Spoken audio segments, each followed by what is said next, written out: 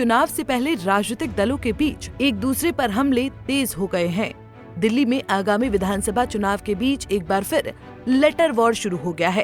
पहले अरविंद केजरीवाल ने आरएसएस प्रमुख को चिट्ठी लिखी, तो फिर इसके बाद बीजेपी प्रदेश अध्यक्ष वीरेंद्र सचदेवा ने केजरीवाल को नए साल पर पत्र लिखा और कुछ संकल्प लेने के लिए कहा।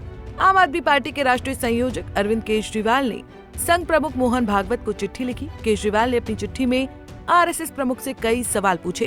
अरविंद केजरीवाल ने नए साल के पहले दिन ही चिट्ठी लिखकर बीजेपी पर निशाना साधा। वहीं नए साल के पहले ही दिन दिल्ली बीजेपी अध्यक्ष वीरेंद्र सचदेवा ने भी अरविंद केजरीवाल के नाम पत्र लिखा, जिसमें उन्होंने नए साल की शुभकामनाएं देने के साथ ही गुजारिश की है कि वो नए साल में झूठ नहीं बोलने का संकल्प लें। ऐसे में आपको विस्तार से बताते हैं कि आखिर इस सियासी वार पलटवार में दोनों दिग्गजों ने अपने अपने लेटर में क्या लिखा। दरअसल दिल्ली में अगले महीने होने वाले विधानसभा चुनाव की उल्टी गिनती शुरू हो चुकी है। ऐसे में आगामी दिल्ली विधानसभा चुनावों से पहले बीजेपी के नेता वीरेंद्र सचदेवा ने बुधवार यानी 1 जनवरी को आम आदमी पार्टी के राष्ट्रीय संयोजक अरविंद केजरीवाल को एक पत्र लिखा, जिसमें उनसे झूठ बोलने और धोखा देने की बुरी आदतों को छोड़ने के लिए कहा गया।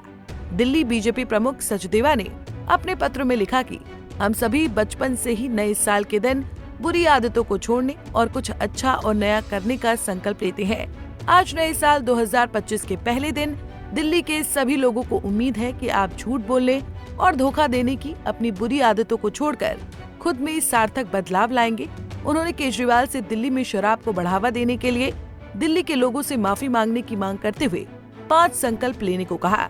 बीजेपी नेता ने केजरीवाल से झूठे वादे करना बंद करने और महिलाओं, बुजुर्गों और धार्मिक लोगों की भावनाओं के साथ खेलना बंद करने को भी कहा। सचदेवा ने लिखा कि नए साल पर 5 संकल्प का आग्रह। मुझे भरोसा है कि आप अपने बच्चों के साथ कभी भी झूठी कसम नहीं खाएंगे।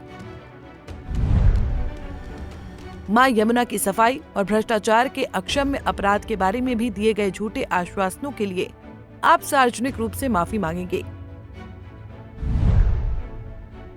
आप राष्ट्र विरोधी ताकतों से चंदा नहीं लेने या राजनीतिक लाभ के लिए चंदा नहीं लेने की शपथ लेंगे। आप दिल्ली में शराब को प्रोत्साहन देने के लिए दिल्ली वालों से क्षमा मांगेंगे। आप दिल्ली की महिलाओं, बुजुर्गों और धार्मिक जनों की भावनाओं से झूठे वादे करके खिलवाड़ करना बंद करेंगे। सचदेवा ने आगे सुझाव दिया कि दिल्ली के पूर्व मुख्यमंत्री खुद को सुधार कर झूठ और छल से दूर रहे। ये तब हुआ जब केजरीवाल ने राष्ट्रीय स्वयंसेवक संघ यानी आरएसएस प्रमुख मोहन भागवत को एक पत्र लिखा, जिसमें दिल्ली की कार्रवाइयों से संबंधित कई सवाल उठाए गए थे, जिसमें ये भी शामिल है कि क्या आरएसएस को लगता है कि बीजेपी लोकतंत्र को कमजोर कर रही है।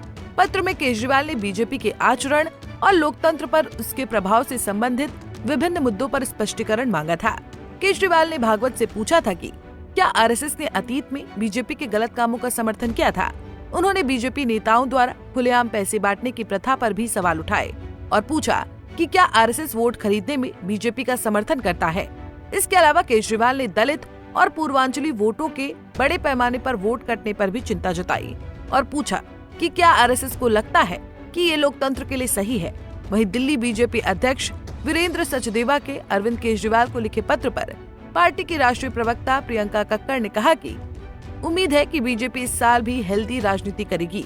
वो अरविंद केजरीवाल जी की कल्याणकारी योजनाओं जैसे मुफ्त बिजली, मुफ्त पानी को अपने बीजेपी शासित 20 राज्यों में भी अपनाएंगे।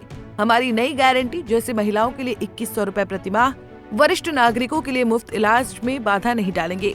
हर जन कल्याणकारी योजना में हमारा साथ देंगे। इससे पहले 30 दिसंबर को भी आप प्रवक्ता प्रियंका कक्कड़ ने बीजेपी पर दिल्ली में मतदाताओं को प्रभावित करने का आरोप लगाया था, विशेष रूप से शादरा निर्वाचन क्षेत्र में, जहां उन्होंने दावा किया था कि बीजेपी नेता विशाल भारद्वाज ने मतदाताओं के नाम हटाने के लिए आवेदन प्रस्तुत किए थे।